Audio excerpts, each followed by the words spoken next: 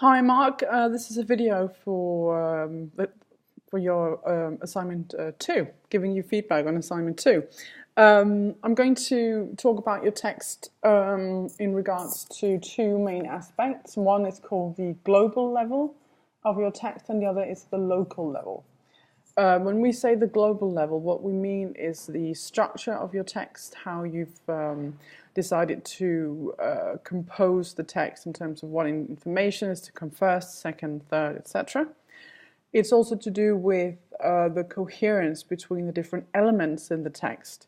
An element could be like a paragraph or a chapter, etc. So we're looking for the red thread running through your text. At the local level, it's kind of the other end of the scale, is the individual sentences, the words. So we're looking for grammar, syntax, vocabulary, those types of things. I'm going to be talking mostly about the structure and a little bit about the local level towards the end. The first thing I would like to say about your overall composition is that you have to think a little bit more about your reader. You need to introduce the topic and your text. Tell the reader what is going to happen.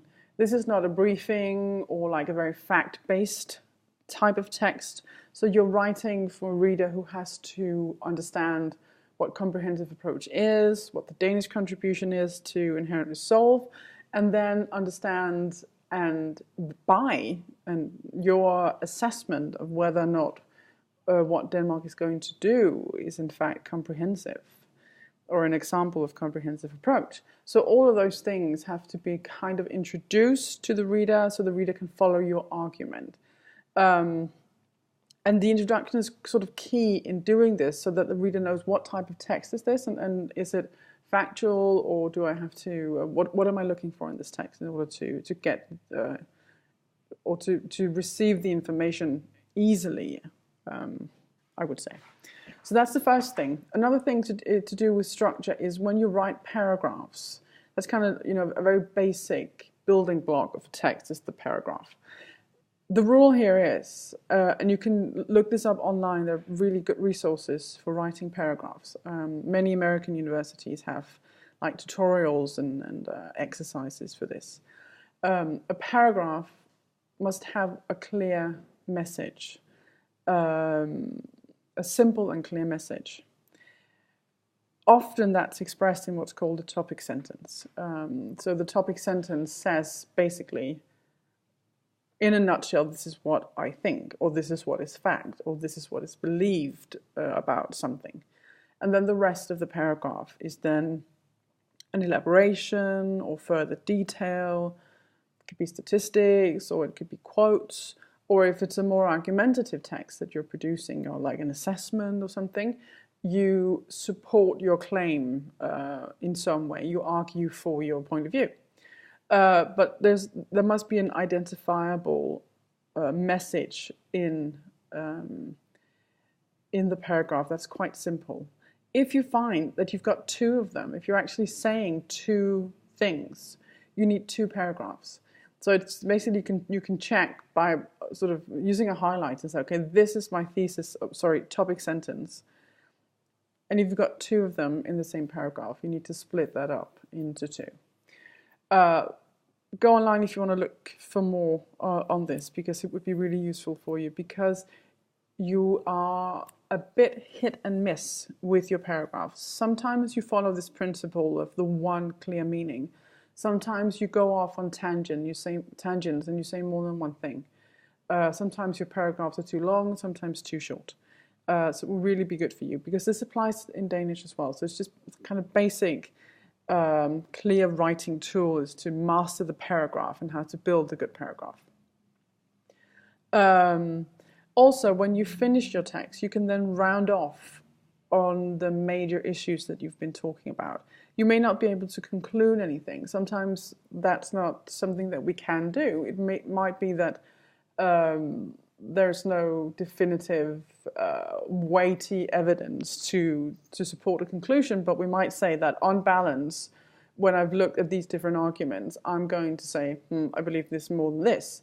Or you can say, there is no way of concluding because.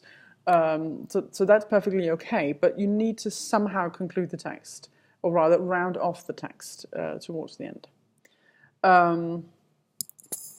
Okay, so that's to do with the global level. Now, the local level of your text, there are some issues that I'd like you to consider for the future.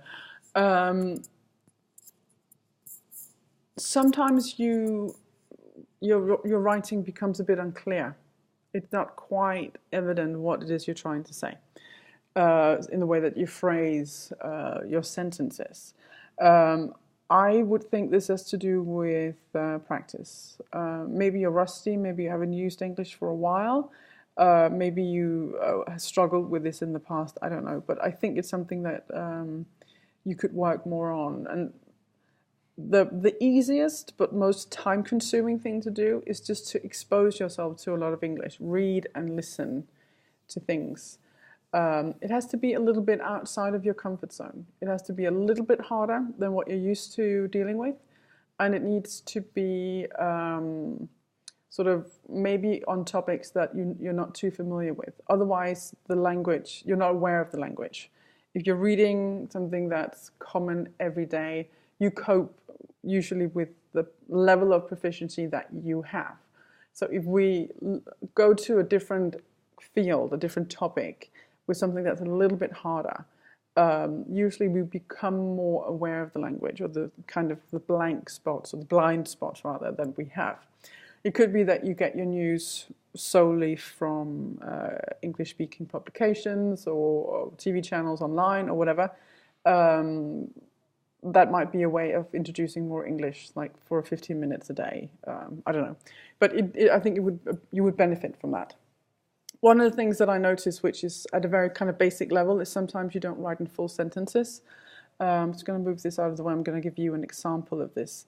This is just below the figure, the rope nation that you put in your text.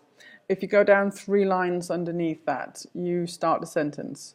Because the nature of wars have changed during the last centuries, from being wars of necessities to being wars of choice, meaning that states no longer participate in wars for their own survival, but also for the sake of security and peace in the end of the world. Full stop. You can almost hear from the way that I'm reading it that we're building up to a verb. There is no verb. So that part of the very vital part of the sentence that makes a sentence is the verb, and that's missing. So that's not a full sentence. And you go on to say, it has meant a greater responsibility to leave a country in such a condition that it can be rebuilt as a state once again. So those two sentences somehow connect, but you've got a sentence, very, very long sentence with a lot of adverbial clauses building up to something that's not finished, and then you conclude on that. So that right there, the writing becomes unclear. And that's a very basic thing to master, is being able to write in full sentences. So I would suggest that you use some time when you write to edit your text and to proofread it. Editing has to do with the global level, looking through the text for coherence, topic sentences in your paragraphs, and sort of, is there a red thread running through that the reader will catch onto and follow. And then in your proofreading phase, you look for errors, and then I think you should look for check your sentences and see if they are full sentences. Is there a verb there or not? Because it is almost a communication breakdown, and that's a real issue. I will, however, say it is not consistent. You do it every now and again, so I can tell that you are able to write in full sentences, but every now and again you slip up, I would say. Okay, I think that's all I want to say. If you have any comments or anything you want me to elaborate, you have my email on the list of participants for the course, so feel free to write me. I think if you comment on your officer website, I will get an email and I'll be able to see what you've commented. So you can kind of write back to me that way as well. Yeah, so do that if you feel like it. Okay, bye.